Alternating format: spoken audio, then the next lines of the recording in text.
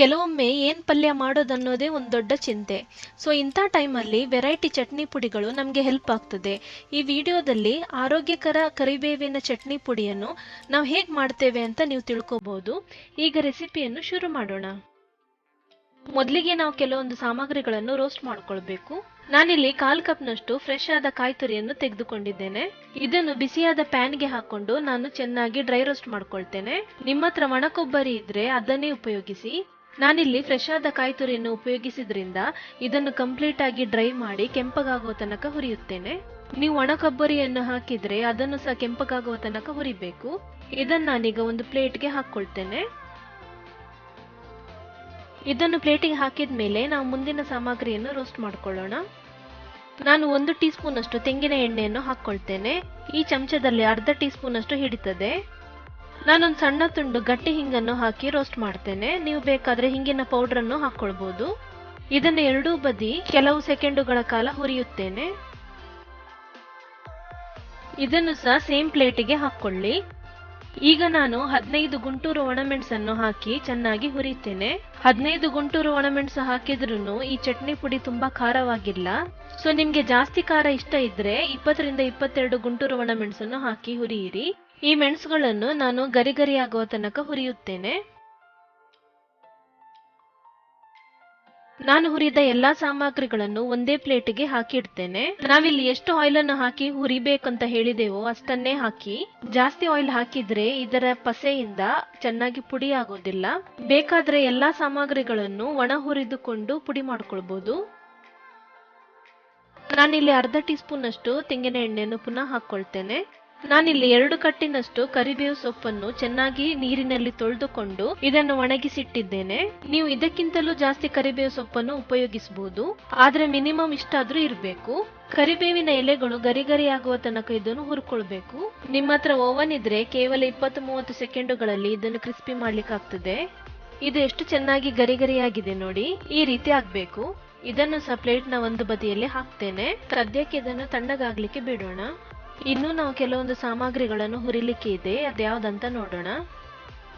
ಈಗ ಪುನಃ ಅರ್ಧ ಟೀ ಸ್ಪೂನ್ ಅಷ್ಟು ತೆಂಗಿನ ಎಣ್ಣೆನ ಹಾಕೊಳ್ಬೇಕು.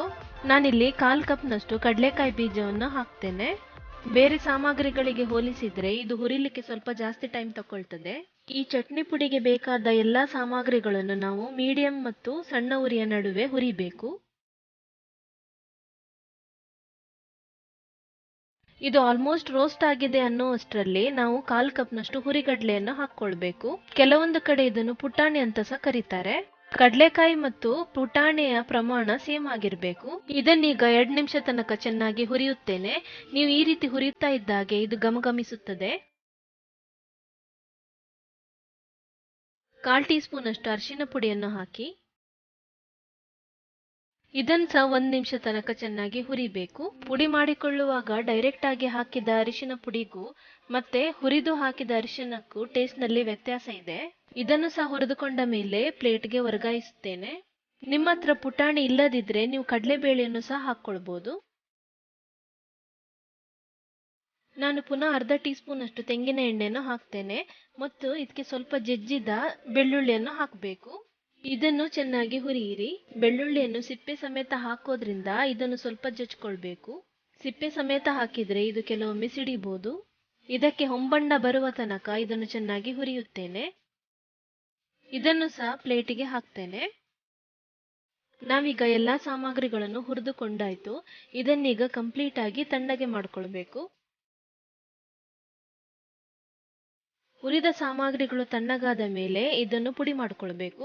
ಮೊದಲಿಗೆ ಹುರಿದ ಕರಿಬೇವು ಸೊಪ್ಪನ್ನು ಮಾತ್ರ ಹಾಕಿ